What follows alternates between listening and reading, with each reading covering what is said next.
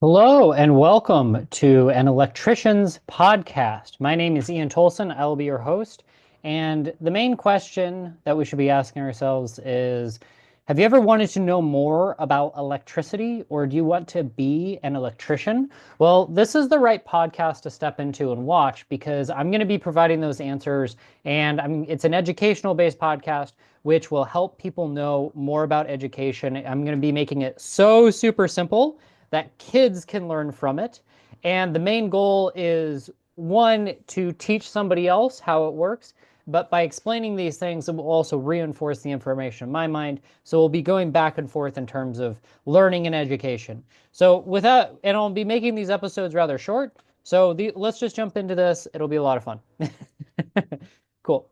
So in electricity, what happens when a house is being wired or a building like this behind me is being wired or is having wires put into it is there's something to know about this, and here's the wire.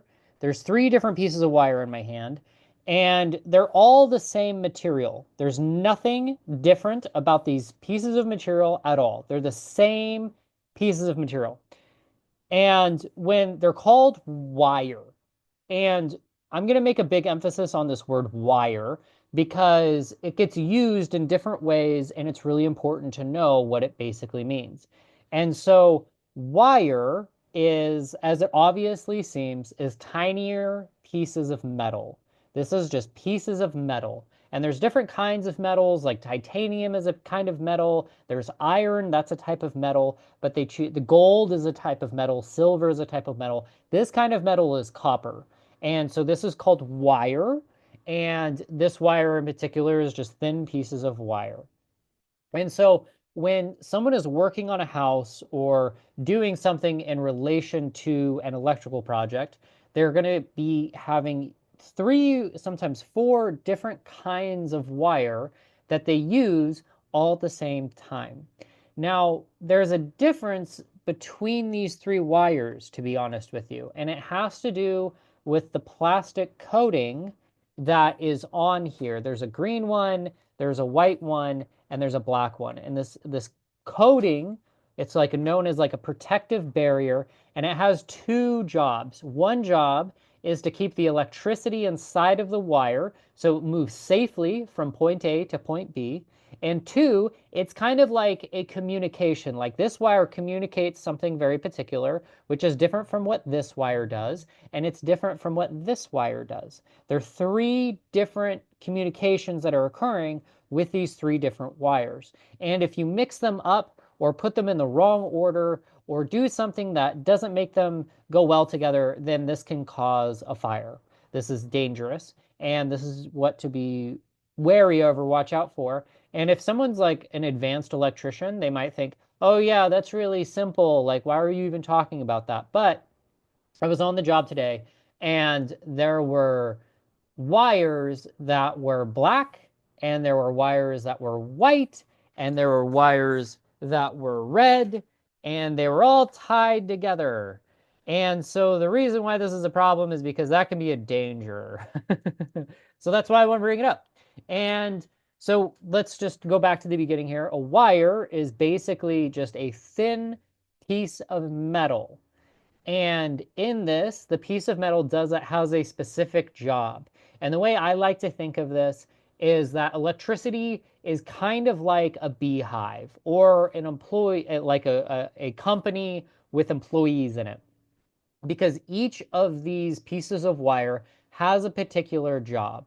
And bees, for example, they have a particular job. Their job is to go get honey, or their job is to protect the hive, or something like that. And mainly, the job with these wires, and particularly here, is just to communicate with a particular piece of equipment inside of a building to say, we want this to have electricity in it.